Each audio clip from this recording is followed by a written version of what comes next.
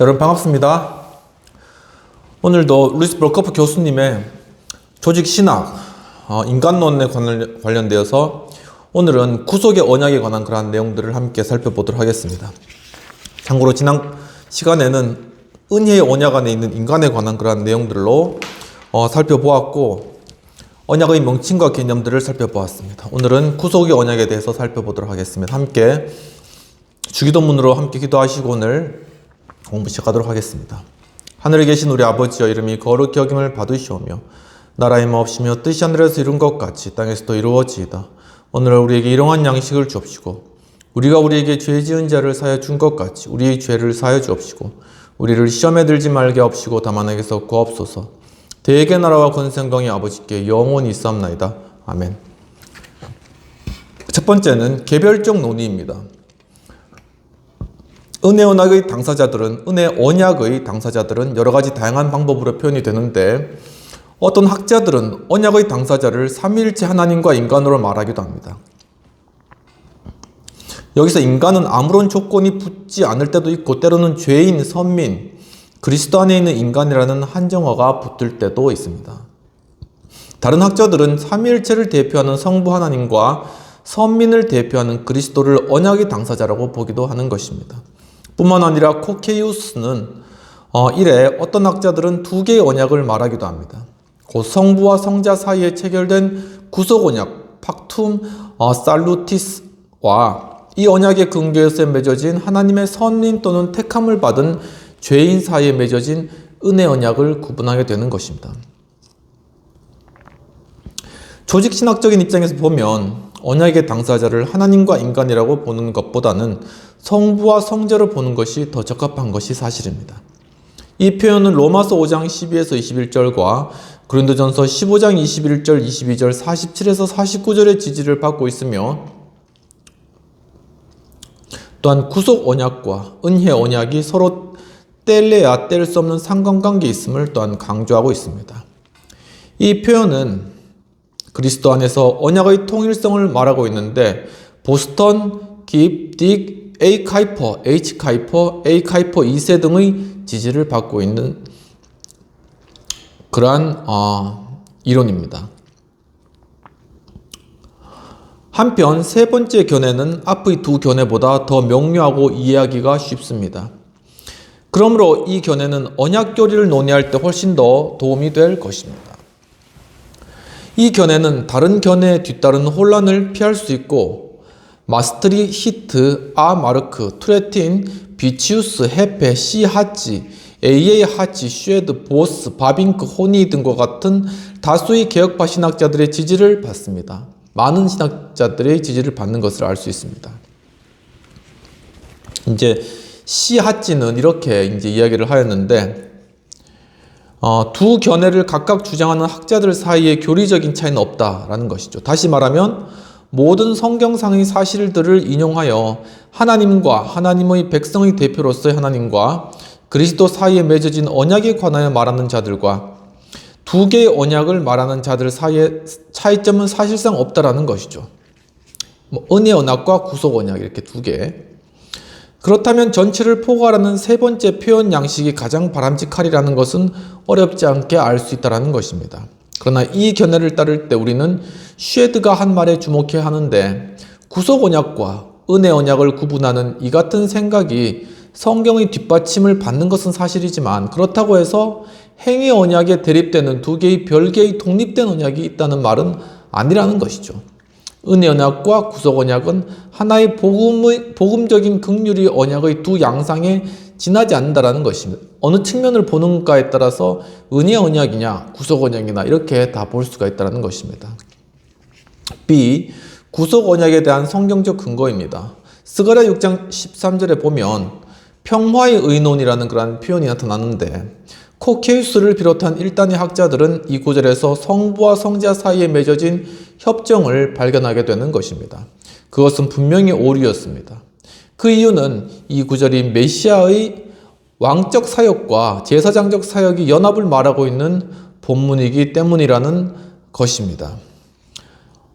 이 명칭이 지닌 성경적 특성이 무엇인지는 분명하지 않으나 실제로 있었던 평화회의에서 유래한 것은 아님이 틀림없습니다. 영원한 의논의 교리는 다음과 같은 성경 본문들의 근거를 제공하고 있습니다. 첫 번째, 이제 성경은 구원의 계획이 하나님의 영원한 공포 또는 하나님의 의논에 포함되어 있음을 명백히 지적하고 있다라는 그러한 주장입니다. 에베소서 1장 4절 이하 3장 11절과 같은 구절입니다. 어떤 의미에서 보면 구원의 경륜 안에서 일의 분담이 이루어지고 있다고 할 수 있습니다. 성부는 발기자요, 성자는 집행자요, 성령은 적용자로. 그러니까 마치 이제 사법부, 행정부, 입법부 이런 것처럼 이렇게 나눠진다는 것이죠. 이는 삼위일체의 세 위격 사이의 자발적인 동의의 결과일 수가 있습니다. 그러므로 삼위 상호 간의 관계는 언약의 형식을 띠고 있는 것입니다. 사실상 삼위일체의 삶 안에서 우리는 역사적 언약의 원형, 곧 완전한 의미에 있어서의 언약, 동등한 입장에 서 있는 당사자들, 참된 의미에 있어서의 순대케를 발견할 수가 있다라고 이야기하고 있습니다. 두 번째로서 많은 성경 구절들은 죄인을 위한 하나님의 구원 계획이 영원할 뿐만 아니라 언약의 본질을 구성하고 있음을 분명히 보여준다는 것이죠. 그리스도께서는 자신이 세상에 오기 전에 이미 아버지께서 자신에게 주신 약속에 관하여 말씀하실 뿐만 아니라 자신이 아버지로부터 부여받은 사명에 관하여서 거듭 이야기하고 있다라고 합니다. 요한복음 5장 30절, 43절과 같은 그러한 구절이 되겠습니다. 로마서 5장 12에서 21절과 고린도전서 15장 22절은 그리스도께서 대표적 머리, 곧 언약의 머리라고 또한 이야기하고 있습니다. 셋째, 언약의 본질적 요소들, 곧 계약의 당사자들, 약속 조건이 갖추어진 곳에는 언약이 있다는 사실인 것이죠. 시편 2편 7에서 9절에는 당사자들과 약속이 언급되어 있습니다. 이 구절이 메시아 구절이라는 사실은 사도행전 13장 33절 등이 지지합니다. 시편 40편 7에서 9절 역시 메시아에 관한 구절이라는 사실을 신약 성경이 지지를 하는 것이죠. 이 구절에서 메시아는 죄에 대한 희생제물이 되어야 한다는 하나님의 뜻을 행할 준비가 갖추어져 있음을 밝히는 것이죠. 바로 여기에서 하나님의 구원의 어떤 계획, 언약, 이것이 중요한 어떤 통로가 십자가다라는 것이 내포되어 있다는 것입니다. 그리스도는 아버지가 자신에게 부과하신 과업에 관하여 거듭 이야기를 하는 것이죠. 요한복음 6장 38절 같은 말씀들, 누가복음 2장 29절의 말씀은 특히 중요한데 내 아버지께서 나라를 내게 맡기신 것 같이 나도 너에게 맡겨라는 그런 구절입니다. 여기 사용된 동사는 디아티데미인데 여기서 유언장 또는 언약을 통해 지명한다는 의미를 가진 디아데케가 파생된 그러한 단어가 되겠습니다. 그러니까 디아데케가 바로 이 단어에서 파생이 되었다는 것이죠. 더욱이 요한복음 17장 5절에서 그리스도께서는 아버지께 보상을 요구하고 있고 또한 요한복음 17장 6절 등 또 빌립보서 2장 9에서 11절에서는 자신의 백성과 자신의 미래의 영광을 아버지께서 자신에게 주신 보상이다 라고 이렇게 이야기를 하고 있는 것이죠. 하나의 언약적 관계가 여기에 드러나는 것입니다. 네 번째, 두 개의 구약의 본문을 연결하면 언약 개념이 메시아와 관련되어 있음이 드러나는 것입니다. 시편 89편 3절은 사무엘하 7장 12에서 14절에 근거하고 있는데 히브리서 1장 5절은 이 구절이 메시아에 관한 구절임을 뒷받침하고 있는 것입니다. 이사야 42장 6절에서 언급된 사람은 주의 종입니다. 시편 89편 3절과 이사야 42장 6절을 연결하면 여기서 말하는 종이 단순히 이스라엘만은 아니라는 결론을 얻게 되는 것입니다. 더욱이 어떤 구절에서는 메시아가 하나님을 자신이 하나님으로 말하고 있으며 이렇게 함으로써 언약 개념을 사용하고 있는 것이죠. 예를 들면 시편 22편 1절과 같은 그러한 말씀이 되겠습니다. 그렇다면 C로서는 구속의 언약 안에서의 성자가 되겠습니다. 첫 번째, 구속 언약에서 그리스도가 차지하는 어떤 공적인 위치가 무엇인가 하는 그러한 부분입니다. 구속 언약에서 그리스도께서 차지하시는 위치는 이중적입니다. 첫째, 그는 보증, 즉 앵구오스이신데 이 단어는 히브리서 7장 22절에서만 사용하고 있습니다. 그 어원은 분명하지 않지만 따라서 어원은 이 단어의 의미를 해명하는 데 별 도움을 주지는 못합니다. 그러나 이 단어의 의미가 불확실한 것은 아닙니다. 보증인은 제3자가 법적 의무를 완수하는 것을 책임지는 자이고, 그리스도는 구속 언약을 통해서 자신의 백성들이 받아야 할 형벌을 대신 받음으로써 그들의 죄를 대속할 것과 그들을 향한 율법의 요구를 충족시켜 줄 것을 책임지신 것이죠. 그는 범죄한 인간의 자리를 대신 차지함으로써 마지막 아담이 되셨고, 아버지께서 자기에게 주신 모든 자들의 대표 곧 언약의 머리가 된 것입니다. 구속 언약에서 그리스도는 보증인인 동시에 머리가 되십니다. 그는 자기 백성의 책임을 스스로 짊어지셨습니다. 그는 구속 언약에서 자연스럽게 발전되어 나오는 은혜 언약에서도 보증인이 되십니다. 여기서 다음과 같은 질문이 제기되는데, 평화의 의논에 있어서의 그리스도의 보증은 조건적인가 아니면 무조건적인가 하는 것입니다. 로마법은 두 가지 형태의 보증을 말하고 있는데, 조건적 보증이 있고 또한 무조건적 보증이라는 것이 있습니다. 전자는 조건적이요 후자는 무조건적인데, 전자는 피보증자가 조건을 충족시키지 못하는 한에 있어서 제3자를 대신하여 지불 책임을 져는 보증이 되는 것이죠. 지불이 완결될 때까지 죄책의 부담이 지불이 완결될 때까지는 피보증자에게 남는다는 것입니다. 그러니까 먼저 책임진 사람이 수행하고 그것이 안 되면은 보증인에게 묻는 그러한 방식, 민법에서 그렇게 구분하고 있는 것이죠. 그래서 그 내용을 이야기하는 것입니다. 그러나 후자는 피보증인의 채무를 완전히 부담하기로 조건 없이 떠마는 보증으로서 죄책을 짊어진 자의 책임을 단번에 감경시켜주는 것입니다. 이거는 면책적 채무인수 같은 것인데, 그냥 자기가 책임을 짐으로써 본래 책임이 있었던 사람의 책임을 완전히 없애는 그런 의미의 보증이라는 것이죠. 코케우스와 그의 학파의 주장에 따르면 평화의 의논에서 그리스도는 조건적 보증이 되는 것이며, 따라서 구약의 신자들은 완전한 죄사함을 누리지는 못한다라는 것입니다. 그들은 로마서 3장 25절에 근거해서 구약의 신자들에게는 오직 파레시스 곧 죄의 간과만 있을 뿐이며, 아페시스 곧 완전한 용서는 그리스도께서 죄를 구속하신 때에만 비로소 이루어졌다라고 이제 이야기를 하는 것이죠. 그러니까 결국은 그리스도께서 오셔가지고 십자가를 짊어지심으로 말미암아 무조건적인 그러한 어떤 용서, 완전한 용서가 이루어졌다는 것입니다. 완전한 조건이 성취가 된 것이죠. 그러나 코케이우스 학파를 반대하는 자들도 있는데, 그리스도께서 조건 없이 자기 백성의 충족시켜야 할 조건을 충족시키셨으며, 그렇게 함으로써 특별한 무조건적 보증의 의미에서의 보증인이 되셨다고 주장하는 입장도 있다는 것이죠. 이것이 가장 타당한 입장이라고 할 수 있다라고 볼커프 교수님은 이야기하시는 것입니다. 그 이유는 첫째, 구약에 나타난 구원의 지식이 신약 시대만큼 완전하고 명료하진 않지만 구약의 신자들도 완전한 칭의 또는 용서를 받았기 때문이라는 근거입니다. 구약의 신자들의 입장과 신약의 신자들의 입장은 본질적으로 다르지 않습니다. 예를 들면 시편 32편 1절, 2절, 5절과 같은 그런 구성들입니다. 코케우스 입장은 선조, 림보를 주장하는 로마 가톨릭을 연상시키는 것이죠.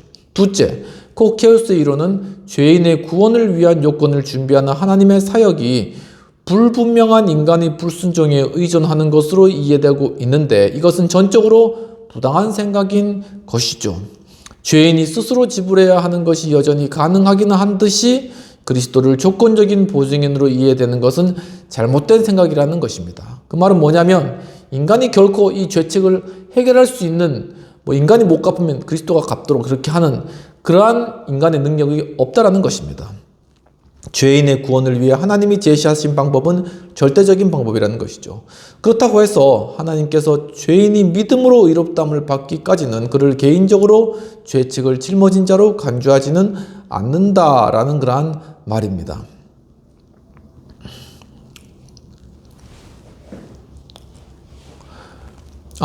그를 개인적으로 죄책을 짊어진 자로 간주하지는 않는다는 그러한 말은 아닙니다. 그러니까 믿음으로 의롭다함을 받기까지는 여전히 죄책을 짊어진다는 것이죠. 셋째, 코케우스가 자신의 이론이 전거로 삼고 있는 로마서 3장 25절에서 사도 바울이 파레시스, 간과하다, 지나가다라는 단어를 사용하고 있는 이유는 구약시대의 개인으로서의 죄인이 완전한 죄사함을 받지 못했기 때문이 아니라 옛 시대에는 죄사함이 파레시스의 형태를 취했기 때문인 바, 이 형태를 취하는 이유는 아직 그리스도 안에서 죄에 대한 형벌이 적절히 시행되지 않았고 그리스도의 절대적인 의가 아직 십자가 위에 나타나지 않았기 때문에 그런 표현을 썼다라는 것입니다. 두 번째, 구속 언약이 그리스도인에게 있어서 취하는 형식이 되겠습니다. 구속 언약은 은혜의 언약의 기초가 되는 것이며 죄인과 관련하여 생각할 때 은혜 언약의 영원한 원형이 되는 것이지만 그리스도에게 있어서는 은혜 언약이라기보다는 행위 언약이 되는 것입니다. 원초의 언약의 율법이 그리스도에게 적용되었을 때 율법의 요구들을 충족시킴으로써 영생이 획득될 수가 있었습니다. 마지막 아담으로서의 그리스도는 신실한 순종에 대한 보답으로서 죄인을 위한 영생을 획득한 것이요 결코 무조건적인 은혜의 선물을 획득한 것은 아닌 것이죠. 예수님께서 율법의 모든 요구를 담당하셨도다라는 그런 말씀과 같은 것입니다. 모든 인류의 대표이며 보증인으로서 그리스도께서 행하신 모든 일을 행할 의무가 인류에게 없는 것입니다. 이 행위는 이미 행하여진 것입니다. 공로에 대한 보상도 주어졌습니다. 이제 신자들은 그리스도께서 완수하신 사역의 열매 은혜를 통하여 참여하는 자가 된 것이죠. 셋째, 언약 안에 있는 그리스도의 사역은 선택의 작정에 의해서 제한된다라는 사실입니다. 그러니까 이게 모든 사람에게 이러한 언약 안에 있는 그리스도의 사역의 효과가 이루어지는 것이 아니라 선택적으로 이루어진다. 하나님의 특별한 작정에 따라서 이루어진다. 이것이 그렇기 때문에 온전한 은혜이다라는 것을 말씀하고 있는 것입니다. 어떤 학자들은 구속의 언약과 선택을 동일시하였습니다. 그러나 이것은 명백한 오류입니다. 선택은 그리스도 안에 있는 영원한 영광의 상속자들이 되도록 예정된 사람들을 선별하는 것을 지칭하는 것이죠. 반면에 구속의 의노는 죄인을 위하여 은혜와 영광이 준비되는 방법과 수단을 말하는 것입니다. 선택은 그리스도와 관계가 있으며 그리스도를 제외하고는 생각할 수가 없습니다. 사실상 신자들은 그리스도 안에서 선택된다고 말할 수 있기 때문입니다. 어떤 의미에서는 그리스도도 자신이 선택의 대상이 되신 것입니다. 그러나 구속의 의논에서는 그리스도가 계약의 당사자들 가운데 하나가 되는 것이죠. 성부는 그리스도를 자기 백성의 보증인으로 다루십니다. 논리적으로 말해서 선택은 구속의 의논에 선행하는 것입니다. 그 이유는 그리스도의 보증적 사역은 그의 구속과 같이 특별한 것이기 때문입니다. 선행하는 선택이 없다면 구속은 보편적인 것이 되었을 것이지만 더욱이 이것을 바꾸는 것은 그리스도의 보증이 선택의 근거라는 말이 됩니다. 그러나 성경은 전적으로 하나님의 선하신 기쁨에 근거한 선택을 이야기하는 것이죠. 주님께서 은혜로 선택된 자들에게 그리스도의 구속의 효과가 미친다라는 것을 의미하고 있는 것입니다. 그러면 네 번째는 그리스도께서 사용하신 성례와 언약과의 관계가 있다고 이야기하고 있습니다. 그리스도께서는 구약과 신약의 성례들을 사용하셨습니다. 그리스도에게 있어서 성례의 의미와 신자들에게서 성례의 의미는 같지 않는 것은 분명한 사실인 것입니다. 그리스도에게 있어서 성례는 구속의 은총의 상징이나 보증이 아니며 구속의 신앙을 강화시켜주는 도구도 아닌 것이죠. 지금 본장에서 말하는 것처럼 구속 언약과 은혜 언약을 구분하면서 그리스도에게 있어서의 성례는 모든 가능성을 고려해 볼 때 은혜 언약보다는 구속의 언약에 따른 성례라고 할 수가 있는 것입니다. 그리스도께서는 율법의 요구를 충족시키기 위해서 구속 언약을 취하셨던 것이죠. 율법의 요구들은 그리스도께서 세상에 오셨을 때 일정한 형식을 갖추고 있었으며 적극적인 종교적 규례를 또한 포함하고 있었습니다. 성례는 이 율법의 일부를 형성하고 있었으며 그 결과 그리스도는 그들에게 스스로를 복종시키지 않으면 안 되셨습니다. 예를 들면 마태복음 3장 15절과 같은 것입니다. 이와 동시에 그 성례들은 아버지께서 아들에게 주신 약속의 인의 역할을 하는 것이죠. 이렇게 인쳐주신 것, 도장 찍어주시는 그런 역할을 하는 것입니다. 이와 같은 주장에 대해서 성례란 사실상 죄를 제거하고 영적인 생활을 보양하기 위한 적절한 상징과 인이라고 반박을 가하는 사람들도 있을 것입니다. 그러나 이런 의미는 죄가 없고 따라서 영적인 보양을 필요로 하지 않는 그리스도에게는 적용되지 않는 것이죠. 그리스도께서는 지상에 계실 때 행하신 공적 사역을 살펴보면 어느 정도는 이 반론에 대처할 수가 있습니다.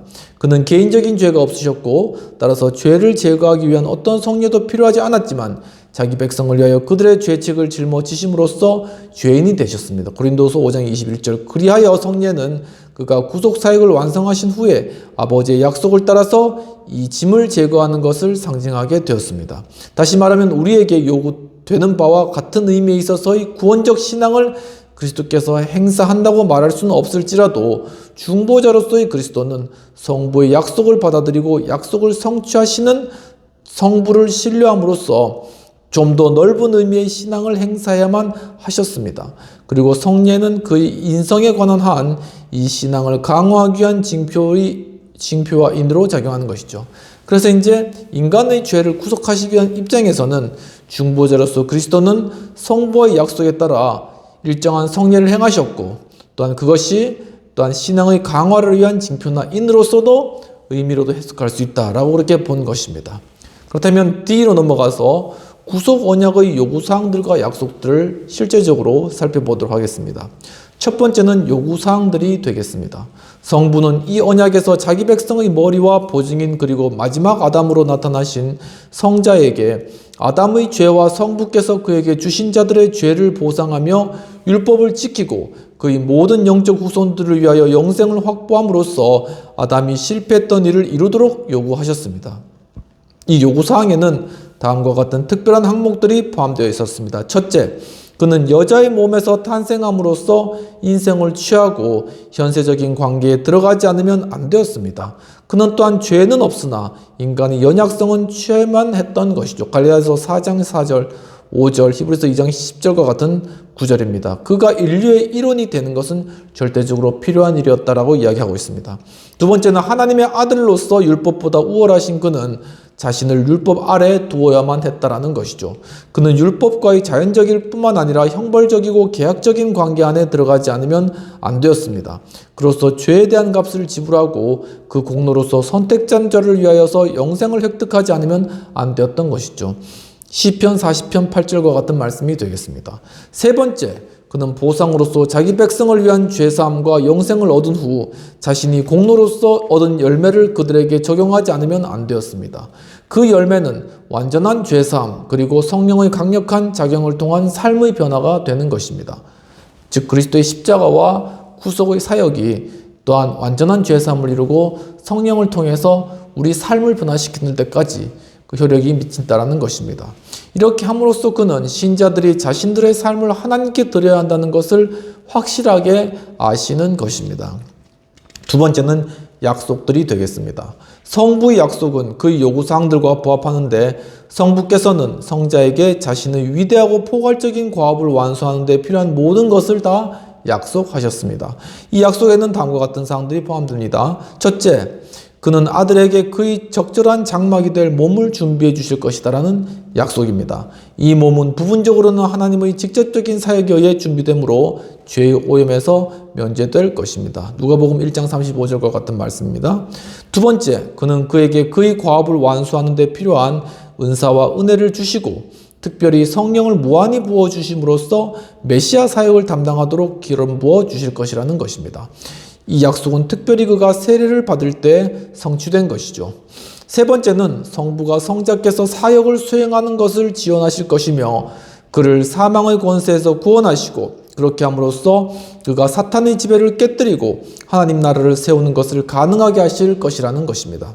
네 번째, 성부는 성자가 완성하신 사역에 대한 보상으로서 성령을 보내셔서 그의 영적인 몸을 형성하시고 교회를 가르치시고 인도하며 보호하게 하실 것이라는 것입니다. 요한복음 14장 26절이 되겠습니다.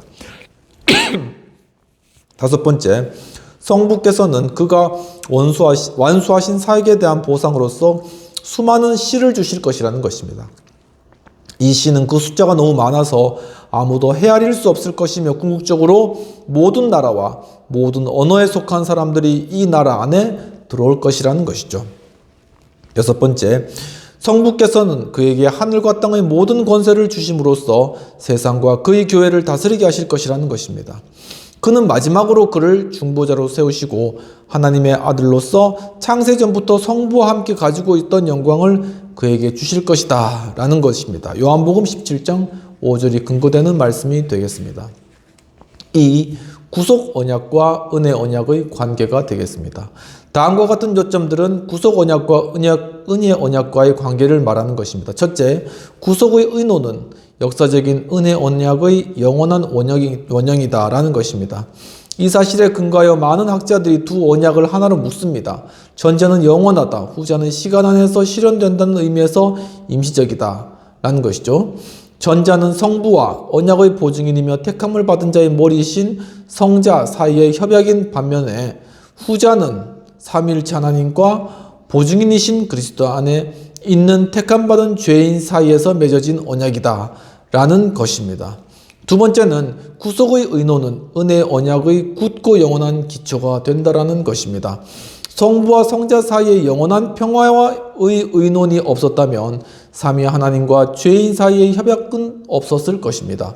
구속의 의논은 은혜의 언약을 가능하게 한 것이죠. 세 번째는 구속의 의논은 결론적으로 은혜의 언약을 유효하게 하는 것이 되는 것입니다.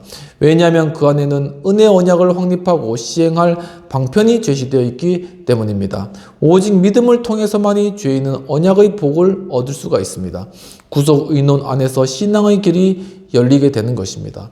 죄인 안에서 믿음을 산출해내는 성령은 성부께서 그리스도에게 약속하신 것이며 그리스도께서는 믿음을 통하여 사는 길을 보장하셨습니다. 구속 언약은 성자를 선택받은 자의 머리와 구주로 주시는 성부와 성부께서 자기에게 주신 자들을 자원하여 대신하시는 성자 사이에서 맺어진 협정이다 라고 정리할 수가 있겠습니다. 이까지 오늘 공부하시고 다음 시간에는 은혜 언약의 그러면 성질은 어떠한가? 은혜 언약과 행위 언약의 비교 그리고 또한 언약의 당사자들이란 내용들을 살펴보도록 하겠습니다. 함께 기도하고 오늘 공부를 마치도록 하겠습니다. 하나님 아버지, 오늘 또한 주님 하나님의 언약에 관한 그러한 또한 구속 언약에 관한 그러한 내용들을 살펴보았습니다. 성부 하나님과 성자 예수 그리스도 사이에 있었던 이러한 구속의 의논과 또한 그 언약의 결과로 말미암아 그리스도께서 모든 율법의 요구를 이루심으로 말미암아 이제는 우리가 그리스도를 통한 은혜의 언약 안으로 들어갈 수 있도록 인도해 주시는 은혜를 감사합니다. 오직 저희들에게 이제 주어진 것은 그리스도를 믿고 따르는 것뿐이오니 주여 정말 저희들의 모둠을 지켜주시옵시고 그리스도의 구속에 놀라우신 의논과 그 언약의 효과가 주여 우리 은혜를 통한 우리 영혼의 구속과 함께 우리 삶의 변화까지 이루어지는 놀라운 주님의 인도하심을 저희들 한 명 한 명 경험해 나갈 수 있도록 도와주옵소서. 감사하고 모든 말씀 우리 주 예수님 이름으로 기도합나이다. 아멘. 오늘도 수업 가운데 참여해 주시는 여러분 감사합니다. 가정의 달 가족분들과 또한 즐거운 시간 잘 보내시고 또한 우리가 하나님과 예수 그리스도 사이에 어떤 구속의 의논과 언약을 통하여서 우리가 참 은혜의 언약에 들어가게 되었다는 이런 놀라운 축복, 은혜 그것을 충분히 누리고 우리 삶 가운데 또한 우리 삶 가운데 참된 이러한 성숙과 변화가 이루어지는 그런 또 복된 한 주 되시기를 축원합니다. 감사합니다.